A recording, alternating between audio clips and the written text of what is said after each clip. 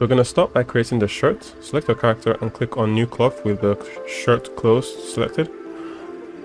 Position the points and click on generate new top rig and scale the circles. So how you want the shoulder to be. The wrist can come over here and be this long. You can rotate it like that, and the waist we want it to drop about this low. Scale it along the y-axis, and I think this is fine, so you can click on generate shirt. Alright, so now it brings us into sculpt mode, so we can sculpt the sleeve like this to fit the character better, and this area as well.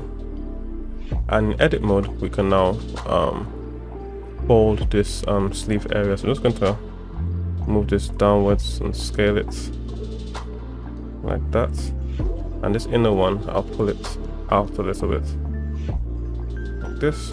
Press Shift E and 0.5 to give it some kind of sharpness and position it nicely. So now the sweatshirt, the sleeve of the sweatshirt is going to tuck into this area and bind to the shirt. So I think this is fine. Let's give that same sharpness to this area, so press Shift E to this loop rather. Shift E and 0.5. And that's fine. Go into object mode. And I think the shape of this shirt is good. You can press play, see how it drops down.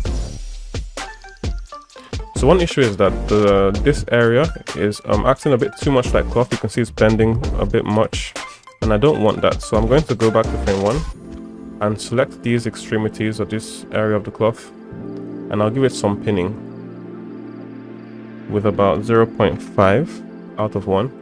Click OK, and it will be pinned to the character's body with a strength of 0.5. So it won't act completely like cloth, it will stay a bit more stiff. It might seem a bit unnatural, but for some parts of the cloth that's okay. So you can see it's a lot more stiff now, which is how I want that part to be. Alright, so now we can make the sweatshirt. And before I do that, I'm just going to bake the top and the collar. I'll come over here and click on bake. Alright, so the shirt is baked successfully, and to bake the collar, just go to frame 1, click on activate collar, then go over to soft body settings and click on bake. Alright, so now the collar is done baking, and we can see the last frame, and you can see that everything's fine. So you can also enable the subdivision modifier on the collar to make it look smoother. It's over here, and that is great. So what I'm going to do now is create the sweatshirt that will go over the top. So select your character and set the cloth type to top and click on new cloth. The positions will be, the points will be here from last time, so you can click on generate top rig and just scale the circles and make sure they're larger than the top was. And now to compare, I'm going to press Alt H to unhide everything so we can see the size that this will be compared to the shirt. So let's just make sure that the shoulder circle is bigger. That's good.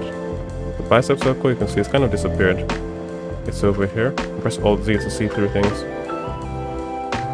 Now just position it like this. I think that's good. Now edit it to make it smaller. The waist circle, this length is okay. And now click on generate top. It will bring us into sculpt mode, so we can adjust it. I'm going to change this to random so that we can see the different objects. We can sculpt this outward, this area as well, and I think this top is actually good, pretty good as it is. So in edit mode, let's disable simplify.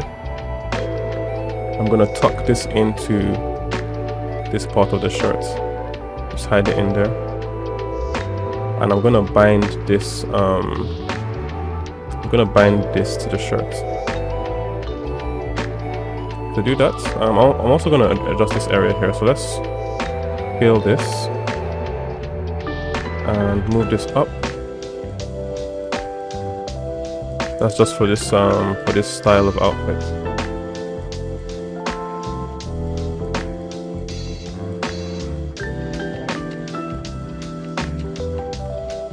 widen this area here and along the y-axis like that. Alright, so if I press play,